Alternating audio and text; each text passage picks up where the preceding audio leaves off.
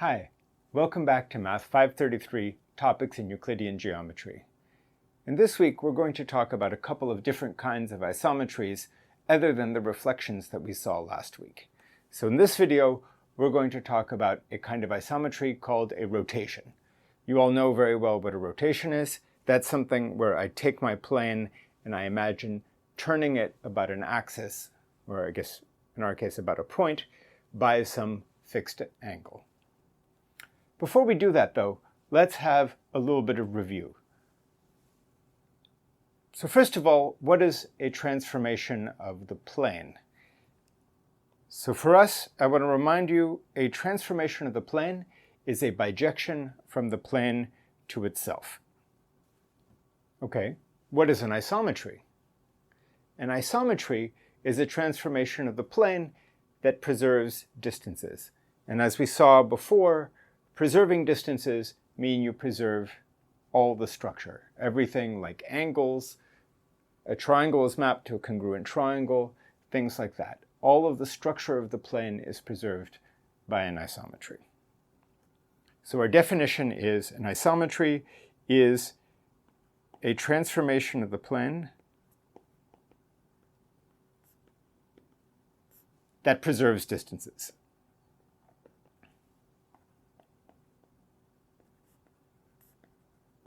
Okay, what is the reflection about a line L? So this is an example of an isometry. So here we are given a line L, and what we're saying is if I start with a point P, what we do is we drop the perpendicular from P.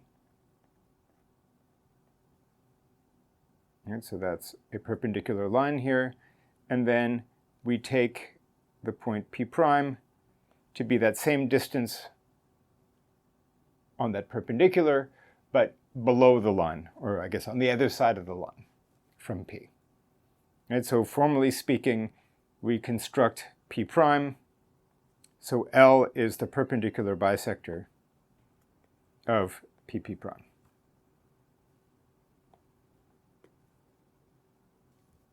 Okay, last time we saw this very important theorem, which is that if I have two congruent triangles, ABC and DEF, then there exists a unique isometry that sends the triangle ABC on top of the triangle DEF, mapping A to D, B to E, and C to F.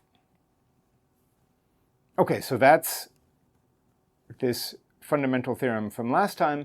And the key idea of the construction is that we progressively moved the points. So A got moved to D by reflecting across the perpendicular bisector of the segment AD. B got moved to E by then, or I guess I should say the image of B got moved to E by taking the perpendicular bisector of that new segment and then reflecting again, and so forth again with our last pair of points. So each of those steps in principle could introduce a reflection, though we skip the step if the point is already where we want it. So that gives us 0, 1, 2, or 3 reflections. And from this, we get a very nice corollary of our, I guess strictly speaking, it's a corollary of the proof of the theorem. And what that corollary says is every isometry of the Euclidean plane, or of the plane, is the composition of up to 3 reflections. Okay, that one is super important for us this week, which is why I've spent a little bit of time talking about it again. Let's move on now and talk about rotations. So for a rotation, we want to think of having a reference angle and a center of the rotation. So I'm going to call the center of my rotation this point O here. And my reference angle is going to be this angle AOB. Okay, if you prefer, you can think of it as a rotation not with a reference angle as a geometric object, but where you think of the angle as being the angle measurement, like 30 degrees or 57 degrees or whatever, right? So that's what I've written with this alpha here. Either of those is a sensible way of talking about a rotation. So then we want to define a rotation with this angle alpha about or around the point O. Right, so both of those words get used. I'm typically going to say rotation around O. And so here, if you give me your favorite point P, I want to construct my point P prime so that the angle POP prime is the same as the angle AOB. And the other thing we want is that the distance from P to O should be the same as the distance from P prime to O. Right, so here I have that written out. These are sensible requirements. The first one, of course, is that if P is already on the point O, we want P prime to be also O. Right? We'd want O not to move under the rotation.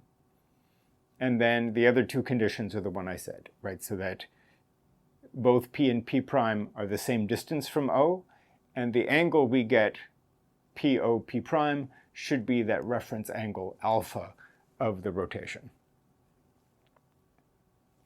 Now there's a fundamental problem with this in terms of a definition, and that is we don't have a good handle in the geometry tools we've set up so far. We don't have a good handle on the difference between clockwise and counterclockwise. Our definition of an angle can't tell directions apart. It is an unsigned angle. Right? If you think back to calculus or trigonometry or whatever, you have signed angles, where you can talk about a positive angle going in the counterclockwise direction and a negative angle going in the clockwise direction. But we don't have that kind of structure here. So we need to work with what we have in order to develop this notion of a rotation. Now there's several things we could imagine doing, but the easiest thing to do is to leverage this fact that every isometry can be described as a composition of reflections. So that's going to be our technical fix to this problem. So if we have some intuitive idea of what the rotation is, we can set up a picture, a diagram to set it up, and then we will figure out what the reflections have to be to make that intuitive picture work. So here's the illustration of the idea that we want to use. I have my point O, and I have this reference angle AOB, and I have my point P. Now for the sake of our reasoning now, let's assume that we also have the point P prime that we want.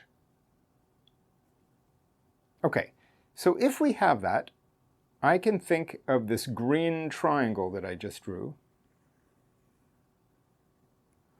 Right, that green triangle is OAP. Now let's imagine what happens when I rotate it.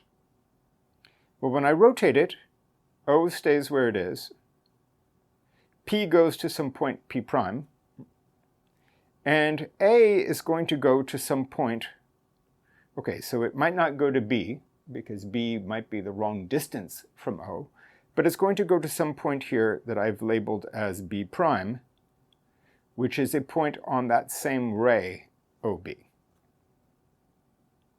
So worded formally, what I've done is I construct a point B prime on the ray OB, and I arrange it so that B prime is the same distance from O as the distance from A to O. And then with this setup, my green triangle here, under the rotation, should map to my blue triangle. And this is perfect, because we know two things. The first is, if I can describe any isometry that sends the green triangle to the blue triangle, there's only one of those, there's a unique one, and therefore it must be the rotation. So that's good. And the second one is we had a constructive method of describing such an isometry, mapping one triangle to another triangle. Our method in terms of a composition of reflections is constructive and algorithmic. So let's use that algorithm. And I'm going to do this a little bit backwards. I'm going to tell you the answer first, and then I'm going to justify where the answer is coming from. So we're going to take this as the definition of a rotation. So let L be the angle bisector of the angle AOB. And now we're going to we're going to define the rotation theta as a composition of two reflections. We first reflect across L, right, that angle bisector, and then we reflect across the line OB. So the first thing we claim is that this matches our intuitive idea of what the rotation needs to be, but more importantly, we take this as the definition.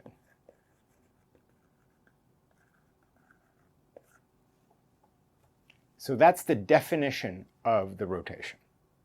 Okay, let's illustrate this definition by showing the intermediate steps of our two reflections. So again, we're going to start with our green triangle AOP. Right, that's some triangle. And the first step is we want to reflect through the perpendicular bisector of the segment AB prime. Right, that's what we saw in our proof of the construction of the isometry. That's what's going to allow us to send A to B prime by reflection.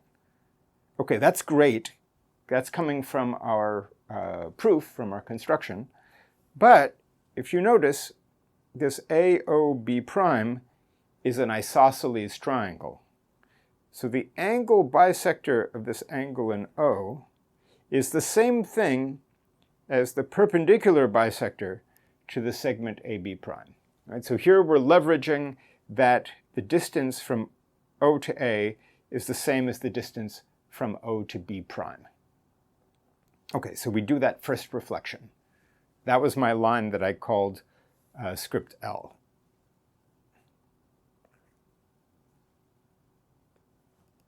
Okay, so now we apply the reflection. A goes to B prime. O stays where it is. And P gets mapped somewhere. So I called that somewhere Q. So now, after that first reflection through that angle bisector, I now have this red triangle. So my red triangle is B prime OQ. So now the next step, in order to move my red triangle onto my blue triangle, is I want to reflect through the perpendicular bisector of Q P prime. But here's the magic. By construction, Q and P prime are equidistant from O. Q and P prime are equidistant from B prime. So that means that this line OB prime is precisely the perpendicular bisector of the segment QP prime. Right? So here we're leveraging the pointwise characterization of the perpendicular bisector. And that sends my red triangle onto my blue triangle, which is exactly what we wanted to accomplish. So in this, we've sort of sketched that the construction in terms of these two reflections is indeed the rotation that we wanted. Okay, so we need to check that this actually matches our intuitive idea of what a rotation is. So there are going to be three properties that we will want to check. The first is that this theta sends O to itself. The second thing we want is that the segment OP is congruent to the segment OP prime. And the last one sort of the most interesting one, is that these angles work out, that the angle POP prime is congruent to the angle AOB. And as a reminder, this was the angle with angle measure alpha. I will be giving this to you on the homework. It's not, the first two were pretty straightforward. They follow immediately from the construction, as a matter of fact. The third one, you need to think a little bit about. Okay, so what have we done? We've done something that's a little bit subtle in terms of logic. What we did was we started with our intuitive idea of what a rotation should be. Right? So there's some intuition here in my heart. I know what a rotation is, and I use that intuition to draw a picture and to give some kind of a working definition. That working definition was not convenient as a rigorous object of formal mathematics with the tools that I have. So what we did is we reworked the idea using the various tools at our disposal into something that's less intuitive, but easier to define formally. So in this case, it's easier to work with composition of reflections than it is to try to make sense out of this intuitive idea of swinging by a signed angle, right? By an angle, let's say, in the clockwise direction. Then using this reworked notion, we gave a formal definition. So for us, our definition of a rotation is a reflection through those two lines. And then afterwards, so this is the part that's your homework assignment, we go back and we make sure that our formal definition matches the intuitive idea that we have in our heads. Right? So we want to think of this intuitive idea of what a rotation is, for instance, as scaffolding that we use to build this building out of a more solid material. And then once the building is built, we tear down the scaffolding and throw it away. We no longer work with that.